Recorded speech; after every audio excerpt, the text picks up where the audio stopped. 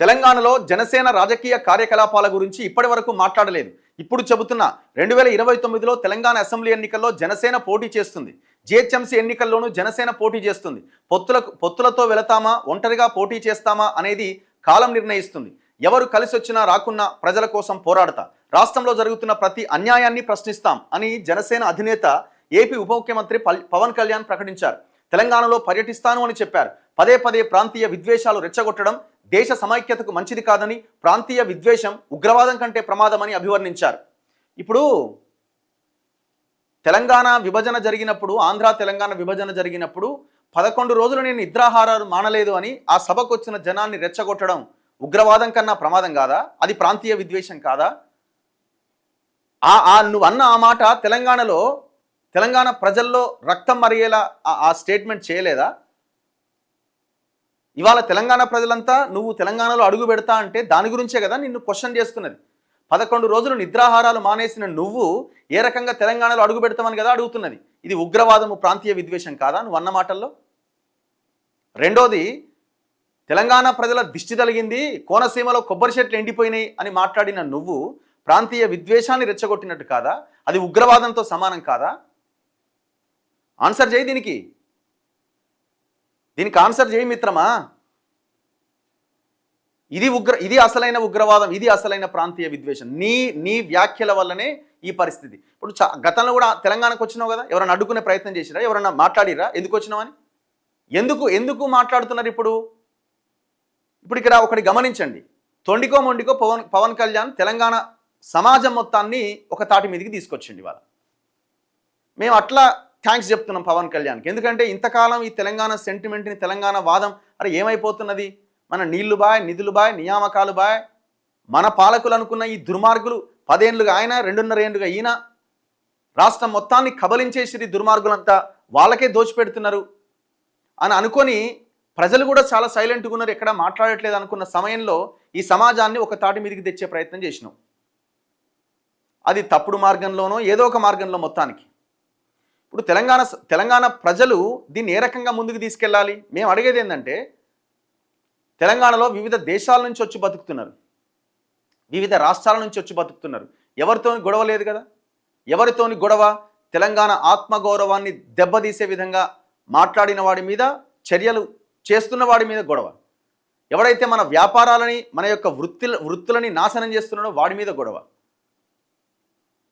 ఎవడైతే రాజకీయంగా ఇంకా పెత్తనం చెలాయించాలి అనుకుంటున్నాడో తెలంగాణలో వాడితో మనకు గొడవ.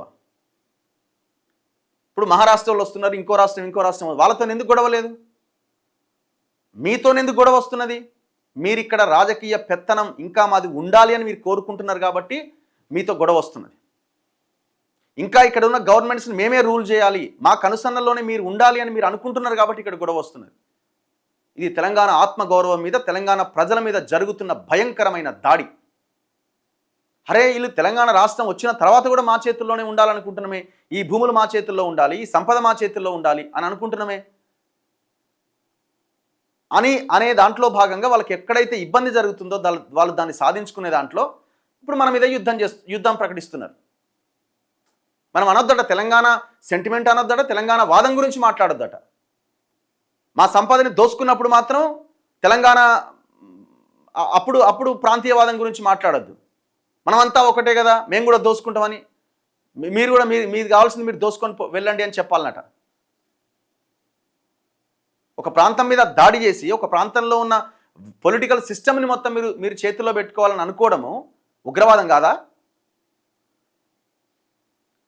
అందుకే తెలంగాణ ప్రజలు ఏం ఆలోచించాలి? ఇప్పుడు ఈ చైతన్యం, ఈ నినాదం ఇంకా బలంగా ముందుకు తీసుకెళ్లాల్సిన అవసరం ఉంది.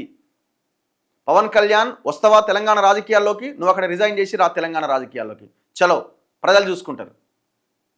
నిన్ను అక్కడ ప్రజలు గెలిపించినారు, డిప్యూటీ సీఎంని చేసిర్రు, ముఖ్యమంత్రిగా చంద్రబాబుని చేసిర్రు, కూటమి ప్రభుత్వాన్ని అధికారంలో కూర్చోబెట్టిర్రు. ఆంధ్ర ప్రజల కన్నీళ్లు తుడిచే ప్రయత్నం చేయండి. వస్తా అనుకున్నప్పుడు రిజైన్ చేసి వచ్చేయండి, మొత్తం రిజైన్ చేసి వదులుకొని వచ్చేయండి. ఇప్పుడు ఎందుకు ఇంకా మీ రాజకీయ పెత్తనం ఎంతకాలం? ఇంకా ఎందుకు ఈ తెలంగాణ సమాజాన్ని రూల్ చేయాలనే ఆలోచనతో ఉన్నారు మీరు? ఎప్పుడు ఇంకా చేంజ్ అవుతారు మీరు? మీ అయ్య జాగీరా అంటే ఎస్ మా అయ్యల జాగీరే ఇది, 100కు 100% ఇది తెలంగాణ అయ్యల జాగీరే. నువ్వెవడివి? సమాజం అడుగుతున్నది, తెలంగాణ సమాజం నువ్వెవడివి అసలు?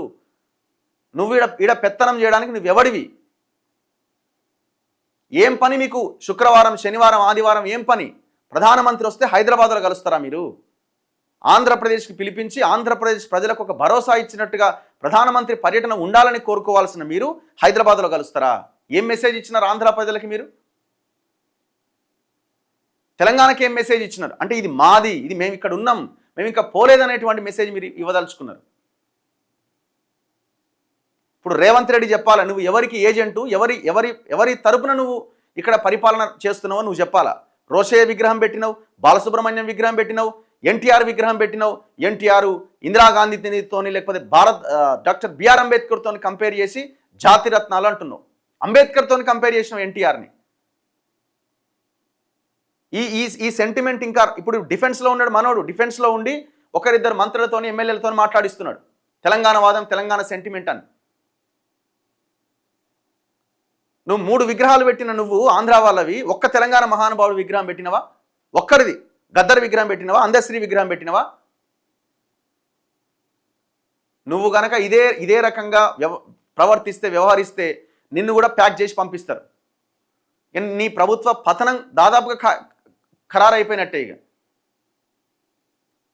బీఆర్ఎస్ మాట్లాడిందా దీని మీద? కేసీఆర్ మాట్లాడిందా? ఇంత పెద్ద దాడి జరుగుతుంటే ప్రశాంతంగా పడుకున్నాడు కదా, ఎందుకు మరి మీరు? ఇక ఒక రకంగా చెప్పాలంటే తెలంగాణ పొలిటికల్ సిస్టంలో ఉన్న లీడర్లు నపుంసకుల కింద మారిపోయినారు. సిగ్గు లేదు మీకు కనీసం. ఎట్లా మీరు ప్రజల ఓట్లు అడుగుతారు మళ్ళీ రేపొద్దున? తక్షణమే రేవంత్ రెడ్డి ముఖ్యమంత్రి కేబీఆర్ పార్కు దగ్గర ఉన్న కాసు బ్రహ్మానందరెడ్డి విగ్రహాన్ని పార్సల్ చేసి పంపించేసేయాలి వాళ్ళ ఇంటికి. పార్సల్ చేసి నువ్వు ఇంకొక విగ్రహం కనుక పెడితే తెలంగాణ సమాజం అంతా విరుచుకుపడుతుంది. ఉన్న ఆంధ్ర వాళ్ళ విగ్రహాలని పార్సల్ చేసి పంపించేసేయండి. అవసరం లేదు దేనికండి, ఇక్కడ అక్కడ పెట్టుకోమనండి. తెలంగాణ సంస్కృతి, తెలంగాణ కల్చరు, తెలంగాణ ఇవన్నీ సపరేట్. ఇదంతా ఇదొక సపరేట్ ఒక నైసర్గిక స్వరూపం. ఇక్కడ చాలా డిఫరెంట్ ఇదంతా.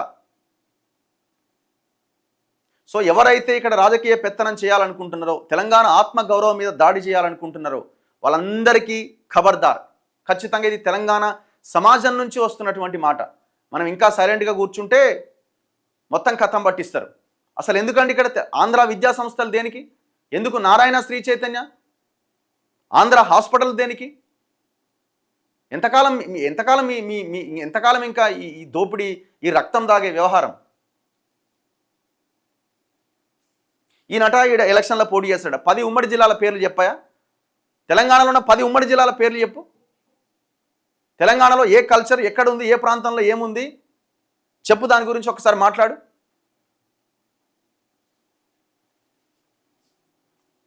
ఇప్పుడు రేవంత్ రెడ్డి చేతిలో ఉన్నది మీరు ఎవరికి వత్తాసు పలుకుతున్నారు, ఎవరి చేతిలో ఉన్నది అర్థమవుతున్నది. మీరు గనక ఇంకా విగ్రహాలు పెట్టే కార్యక్రమము, ఇంకా సెంటిమెంటు అటువైపు ఉండి ఏదో జిహెచ్ఎంసీ ఎలక్షన్ల కోసం ఇంకా చేసే ప్రయత్నం చేస్తే 90%, 99% ఉన్న తెలంగాణ సమాజం అంతా నీకు దూరం అవుతుంది. రాసిపెట్టుకో.